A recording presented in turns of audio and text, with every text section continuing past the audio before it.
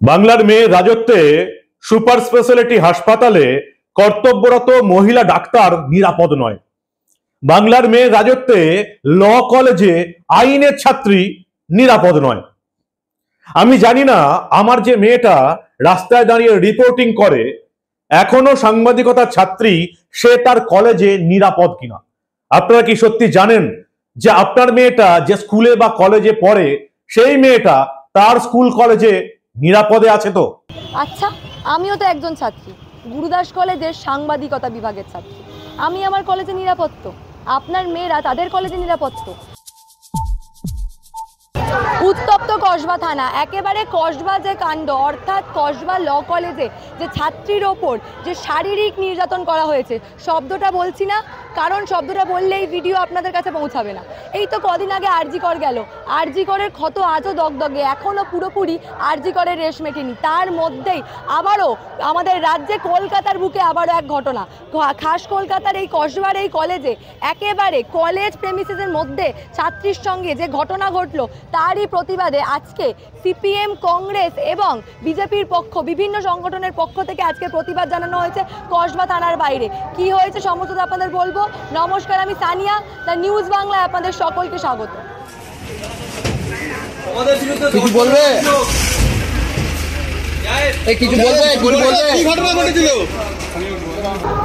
গত বছরের 9ই আগস্ট যে ঘটনা ঘটেছিল আরজিকরে, ঠিক তারই প্রতিবাদে আমরা গোটা রাজ্য, গোটা কলকাতাকে জ্বলে উঠতে দেখেছিলাম। সেই ঘটনার রেশ কাটতে না কাটতে আবারও কলকাতার বুকে এমনই এক ঘটনা। আগে হয়েছিল হাসপাতালে, এবারে হয়েছে কলেজ প্রেমিসিসে। সবচেয়ে সুরক্ষিত জায়গা ছাত্রছাত্রীদের জন্য কি? কলেজ।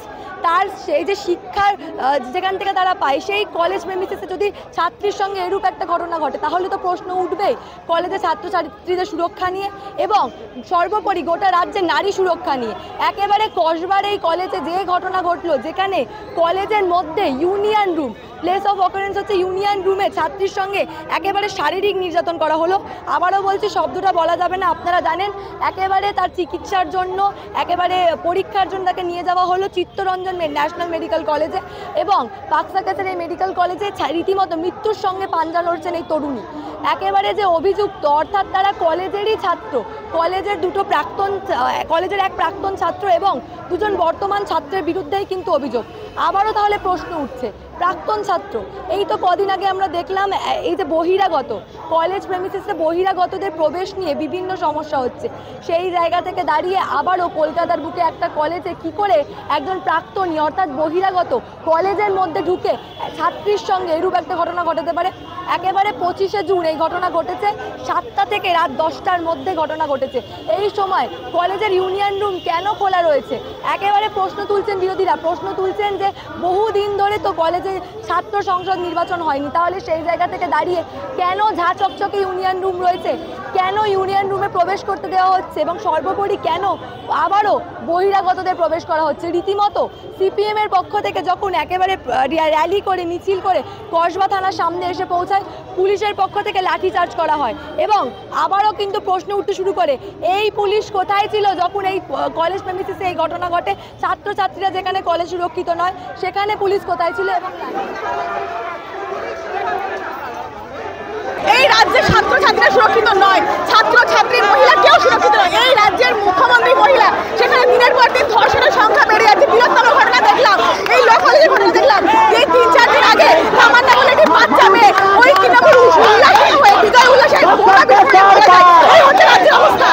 এই পুলিশরা বরাবর খুনিদেরকে, ধর্ষকদেরকে শেল্টার দেয়। ওই মনোজিতের নামে একের পর এক অভিযোগ থাকার মতো তাকে অ্যারেস্ট করতে পারেনি। যখন আমরা প্রোটেস্ট করছি, আমরা যখন বিচার চাইছি, পুলিশ আমাদের উপরে তৎপর হয়ে আছে। এই পুলিশের ধারণা নেই, পুলিশের মেরুদণ্ড নেই, কিছু নেই।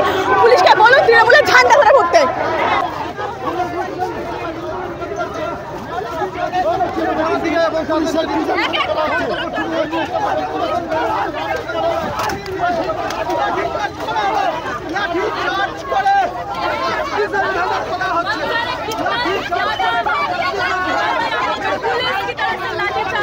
গণধর্ষণ যখন হয়েছিল তখন তারা তোলাবাজির টাকা নিয়ে এই পুলিশ স্টেশনে বসেছিল। এখানে গতি গতি টাকা পৌঁছে যায় প্রতিদিন, প্রতি রাত। সেই জন্যই এনারা তখন কিছু দেখতে পান না, তখন অন্ধ হয়ে থাকেন, শুধু আমাদেরকেই দেখতে পান যারা প্রতিবাদে আছি। কলেজ প্রেমিসিসে ছাত্রছাত্রীরা সুরক্ষিত নয় তো কোথায় সুরক্ষা? সরকার কি সরকার দুটো জগন্নাথ হয়ে বসে আছে, আর কি করছে বুঝতে পারছেন না? তিলোত্তমা থেকে তামান্না থেকে সাউথ ক্যালকাটা ল কলেজ, এই তো অবস্থা। এই দেখুন বীর বিপ্লবে লাঠি নিয়ে ওনারা ঘুরে বেড়াচ্ছেন। ওনারা আর কটা খুন হলে ওনারা জাগবেন আমি জানি না। সবদেরকে বাঁচানোর জন্য এভাবে অ্যারেস্ট করে নিয়ে যাওয়া হলো। কাকে প্রোটেক্ট করছে ওনারা? কিসের স্বার্থে প্রোটেক্ট করছে? আমাদের জামা ছিঁড়ে দেওয়া হয়েছে, ক্রমাগত এক পর এক কমরেডকে আহত করা হয়েছে, কিসের স্বার্থে? তাদেরকে জবাব দিতে বলুন। অপরদিকে কংগ্রেসের পক্ষ থেকে, যদিও আন্দোলনটা তো জোরালো না হলেও কংগ্রেসের যুবর পক্ষ থেকেও আজকে এই কসবা থানার বাইরে বিক্ষোভ করা হচ্ছে। সেই চিত্র একবার দেখাবো তারা কি বলছে। এর মতো ঘটনা ঘটে, এই কলেজ কর্তৃপক্ষ তারা উত্তর দেবেন না যে প্রাক্তনী ভেতরে কি করছিলেন। এবং শুধু তাই নয়, আজকে আইন শৃঙ্খলা এতটা ভেঙে পড়েছে, প্রশাসন এতটাই আলগা হয়েছে যে আজকে পশ্চিম বাংলায় এই আরজি সরকার, বাংলার প্রথম মহিলা পুলিশ মন্ত্রী, মহিলা মুখ্যমন্ত্রী, তাদের তো ভাবা প্রয়োজন। এবং তিনি অ্যারেস্ট হলেন এবং কোর্টে তোলা হয়ে গেল। তার মানে পুলিশের ইনভেস্টিগেশন বলে কিছু নয়। পুলিশ কমিউনিটির কাছে আমার আবেদন, আপনাদের গালিগালাজ করছে, আপনারা তো পরীক্ষা দিয়ে যোগ্যতায় আপনারা পেয়েছেন আপনাদের এই চাকরি, আপনারা এত নরম কেন? পুলিশকে যদি স্বাধীনতা দেওয়া হয় 10 মিনিট সময় লাগে এই বাঁদরদের ঠিক করে দিতে। এই কসবা ল কলেজের মেয়ের ওপর অত্যাচার হলো কেন? পুলিশ মন্ত্রী জবাব দাও, জবাব চাই, জবাব দাও। এই পুলিশ মন্ত্রীর কালো হাত ভেঙে দাও, গুড়িয়ে দাও, ভেঙে দাও, গুড়িয়ে দাও।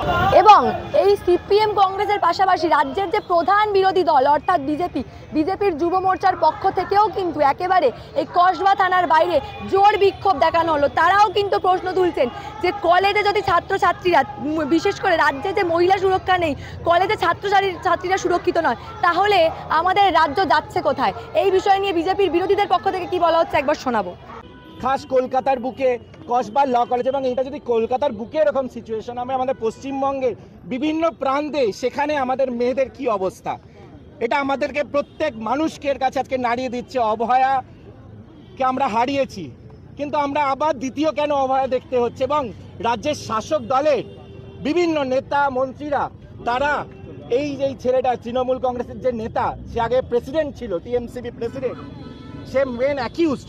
এবং কেন? সে তো এখন স্টুডেন্ট না, সে ছাত্র নয়, তাহলে সে কি করছিল এই কলেজের মধ্যে? তাকে কেন কলেজ থেকে প্রশাসন বার করে দিল না? আমরা যদি কেউ বহিরাগত যাই তখন তো বলে বহিরাগত আপনারা বেরিয়ে যান, কিন্তু বহিরাগত ওখানে কি করছিল? সে তো স্টুডেন্ট নয়। এবং দরজা বন্ধ করে এই যে নির্মম ঘটনাটা ঘটলো, সেটা তো 1 সেকেন্ডের জন্য ঘটনা নয়, এটা পুরো একটা প্ল্যান্ড অর্গানাইজড ক্রাইম। এবং অর্গানাইজ করলো কে এবং করতে পারলো কেন? কেন নিরাপত্তা রক্ষীরা কোনো স্টেপ নিল না? নিরাপত্তা রক্ষী তো ছিল, কেন স্টেপ নিল না? জাস্ট বিকজ তারা শাসক দলের নেতা মন্ত্রী, শাসক দলের বিভিন্ন, কখনো অভিষেক ব্যানার্জি, কখনো চন্দ্রিমাদি, তাদের সঙ্গে মন্ত্রীদের সঙ্গে, সুপ্রিমোদের সঙ্গে তার ছবি আছে বলে সে ভীষণ গুরুত্বপূর্ণ। তো শাসক দলের, আমি কি বলবো, একজন আইনজীবীর ছাত্রী, সে আইনি পড়তে এসে বেআইনি কারবার। আজকে মুখ্যমন্ত্রী নিজে বলে যে উনি একজন আইনজীবী, উনি একজন মহিলা, উনি এত লড়াই করেছেন। আজকে ওনারই রাজত্বে এই কলকাতার মতো শহরে আইনজীবী মহিলা সুরক্ষিত না, স্টুডেন্ট সুরক্ষিত না? হ্যাঁ, উনি কি বলতে চাইছেন? যে আজকে ছাত্র পরিষদ কার? ছাত্র পরিষদের যে সেই নেতাদের চন্দ্রিমা ভরচাস থেকে আরম্ভ করে সবার সাথে, অভিষেক বন্দ্যোপাধ্যায়ের সাথে সবার সাথে ফটো আছে। আজকে তারা আজকে এইভাবে, আজকে এই শক্তি কে যোগাচ্ছে? মুখ্যমন্ত্রী যদি না যোগায়, তাহলে এত সাহস কারো হয় যে একজন আইনজীবী ছাত্রীকেও এই কলেজে ধর্ষণ করা যায়? এই বক্তব্য আমার। পুলিশ হচ্ছে মমতা বন্দ্যোপাধ্যায়ের দলদাস। এই পুলিশ যখনই দেখে যে ভারতীয় জনতা পার্টির কার্যকর্তারা বিরোধিতা করছে, লড়াই করছে, অন্যায়ের বিরুদ্ধে লড়ছে, তখনই এই পুলিশকে মুখ্যমন্ত্রী লেলিয়ে দেন যে তাদের কার্যকর্তাদের মুখ বন্ধ করার জন্য। কিন্তু তাদের কার্যকর্তাদের মুখ বন্ধ হবে না, আর আমাদের এই লড়াই একদম জারি থাকবে। আর এর বিচার এইবার জনগণ ভোটের মাধ্যমেই দিয়ে দেবেন। এই পুলিশ লুকিয়েছিল টেবিলের তলায়, এই পুলিশ লোকায়। যখন লুঙ্গি বাহিনী এসে তাড়া করে তখন এই পুলিশ পালায়। আর এই পুলিশই অত্যাচার করে যখন নারীদের উপর নির্যাতন হয়, বাংলার মহিলারা রাস্তায় নামে, এই পুলিশ তখন নিজেদের পৌরসত্ব দেখাতে রাস্তায় নামে, নিজেদের ক্ষমতা দেখাতে রাস্তায় নামে। ধিক্কার জানাই এমন পুলিশকে এবং এমন পুলিশ পুলিশ মন্ত্রীকে। সমস্ত বিষয় আপনাদের সামনে তুলে ধরলাম। রাজ্যের বর্তমান যা অবস্থা, যেখানে কদিন আগে পর্যন্ত আরজি করের মতো একটা ঘটনা ঘটলো, গত বছরের আগস্টে যে ঘটনা আমরা দেখলাম, একটা সরকারি হাসপাতালে সেখানে মহিলা চিকিৎসক সুরক্ষিত নয়, সেই জায়গা থেকে দাঁড়িয়ে আবারও কলকাতার বুকে এরূপ একটা ঘটনা রীতিমতো প্রমাণ করে দেয় যে এই রাজ্যে মহিলা সুরক্ষা নেই, এই রাজ্যে কলেজের মধ্যে ছাত্রছাত্রীরা সুরক্ষিত নয়। একেবারে সেই প্রশ্ন তুললেন বিরোধীরা। বিজেপি, কংগ্রেস, সিপিএম সহ বিভিন্ন রাজনৈতিক দলগুলো কিন্তু আজকে কসবা থানার বাইরে দফায় দফায় বিক্ষোভ দেখিয়ে এই কথাটাই প্রমাণ করে দিলেন যে আমাদের রাজ্যের মুখ্যমন্ত্রী একজন মহিলা, ফলে মহিলা মুখ্যমন্ত্রী থাকা সত্ত্বেও এই রাজ্যে আদেও কি নারী সুরক্ষা আছে? এই বিষয় নিয়ে আপনারা কি ভাবছেন? আপনাদের মূল্যবান এবং গুরুত্বপূর্ণ মতামত অবশ্যই জানাবেন দ্য নিউজ বাংলার কমেন্ট সেকশনে এবং দেখতে থাকুন দ্য নিউজ বাংলা।